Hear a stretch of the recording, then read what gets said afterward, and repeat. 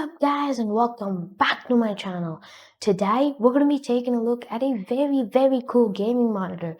It is the LG 27GL650F from LG. Now you guys might have seen this in my previous videos in my background. As you can see, I have changed my background. I now have a green screen. So if you guys like it, then please comment down below. If you don't, then I'll remove this in my next video. Anyways, you might have seen this monitor in my background. It's this.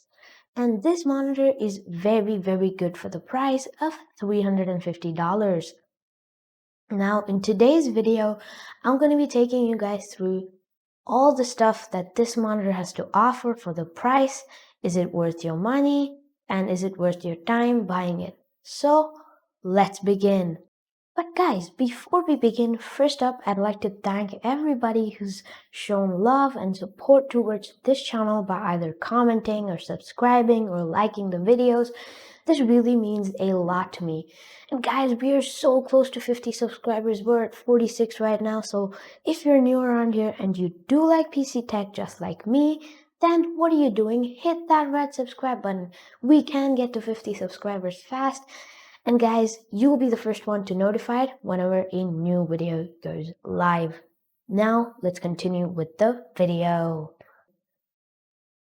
Alright guys, so the first thing that I'd like to talk about is the specs of this monitor. Now, this monitor boasts a 1080p 144Hz display along with a 1 millisecond response time. Now, what is really fascinating is that this comes with an IPS panel. Now, IPS panels and 1 millisecond, those are two words that you really shouldn't put it into one sentence. But technology has improved so much that now we're able to achieve those quick 1 millisecond response times even with an IPS panel. So you get the speed as well as the color accuracy. So that's a very good point to buy this monitor. Now the second thing I'd like to address is that it is 27 inches. For some of you, 27 inches might not be enough at 1080p. The pixel density is not that good. But for this monitor, I sit about 2 feet away from my monitor and I don't see any difference or any loss in sharpness or seeing individual pixels. So pixel density isn't really a problem in this monitor. I don't know how LG pulled it off, but they did. So that's really good work. Now, looking at the stuff that you get in the box along with this monitor. Now, unfortunately, I did not film the unboxing because at the time I got this monitor, this channel wasn't really up, even the first video wasn't done. So I just went ahead and unboxed it. So unfortunately, I don't have an unboxing video, but I apologize for that. But I will tell you guys what came with the box. Now, first up, you get the monitor itself. It's packed away nicely. It's not going to be damaged while shipping. And you also get this stand. Now, this stand can move up and down and can also rotate 90 degrees either way. So if you're looking to use this in portrait mode, then LG's got you covered. Now, this is VESA mount compatible, so in case you do have a monitor arm, you can fix it to the VESA mount. Now, another thing you get in the box is a DisplayPort cable. Now, this is very useful because once I opened the monitor, I didn't have to fiddle with it or, go looking around for a DisplayPort cable. It was just plug and play. You already get the DisplayPort cable in the box. It makes things so much more easier. Now, another thing you get in the box is, of course, manuals and instructions, but nobody's reading that nowadays. That's why you've come to YouTube to check out the reviews, right? So, yeah, that was pretty much it for the stuff that you get in the box. Now, looking at the I/O that this monitor has to offer, you get 2 HDMI ports and 1 DisplayPort 1.4. Now, you can easily achieve 1080p 144Hz by either connecting to an HDMI or DisplayPort. But I would have preferred 2 DisplayPorts since it's the golden standard now. So, yeah, but it's not really a problem. You can still manage it with 1 DisplayPort. And looking at another really cool feature this monitor has is HDR10. Now HDR10 is like, the bare minimum basic certification that you will be needing in order to stream HDR content. Now, HDR10, you won't really get a good experience with HDR, at least in Windows, with this monitor because the colors are completely washed out. But if you're watching a movie or playing games in HDR, then you're totally fine.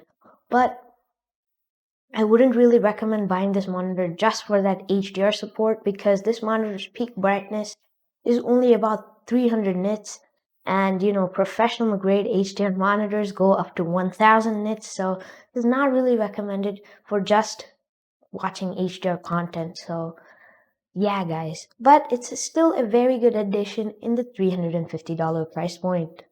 Now, another thing that this monitor has is NVIDIA G-Sync certification and AMD FreeSync. Now, this monitor is G-Sync certified, so if you do have an NVIDIA graphics card, then go ahead and buy it because it's going to be really, really good.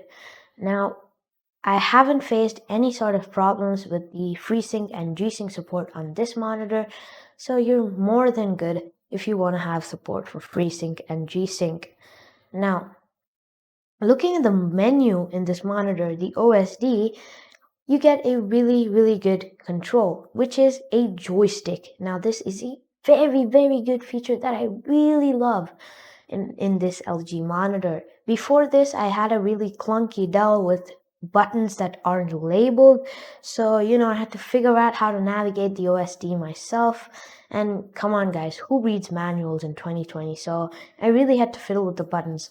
But with this monitor, you get a really small little joystick that acts as a joystick as well as a button. So you basically covered if you are a guy like me who doesn't like buttons. So really, really good work there. Now, one thing that I'd like to mention is the response time. Now, this monitor, as advertised, gives 1 millisecond response time, but in the OSD, as I am showing you guys right now, leave the response time to fast. Don't set it to faster, because if you do that, then you're gonna start experiencing some motion blur and stuff like that. I don't personally like motion blur, so yeah, just leave it at fast and you'll be good to go. Now, looking at the gaming experience you get with this thing, but before we do that, I want to tell you guys I am not a gamer. I do not game. I just do it for the benchmarks and also testing and stuff like that. So just ignore my gameplay and how bad I am and just listen to my review, okay, guys? So yeah. I tried two very famous FPS titles, Fortnite and CSGO. Now, Fortnite gives you a very, very good gaming experience. No stutters, no lagging, and when I turn VSync on, it's pretty good as well. Now, if you see some stuttering issues in the gameplay, then that's because of my PC.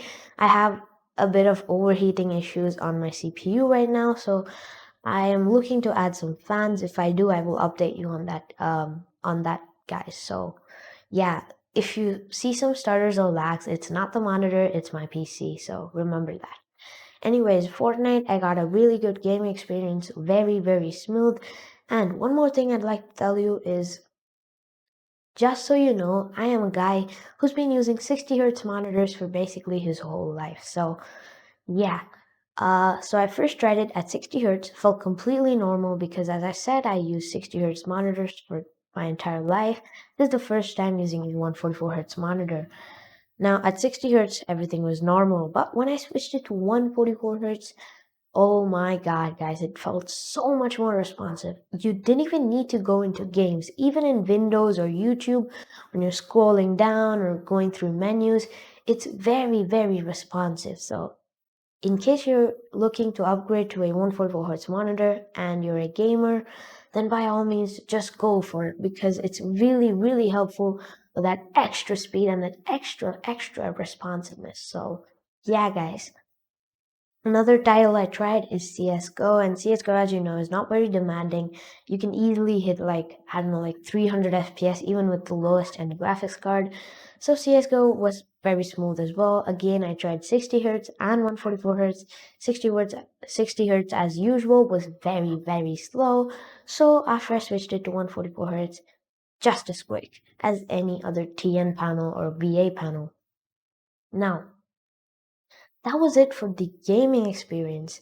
Now, looking at the color accuracy of this monitor, if you're an editor like me, because I film and edit my videos, so if you take a look at the color accuracy in this monitor is actually very, very good.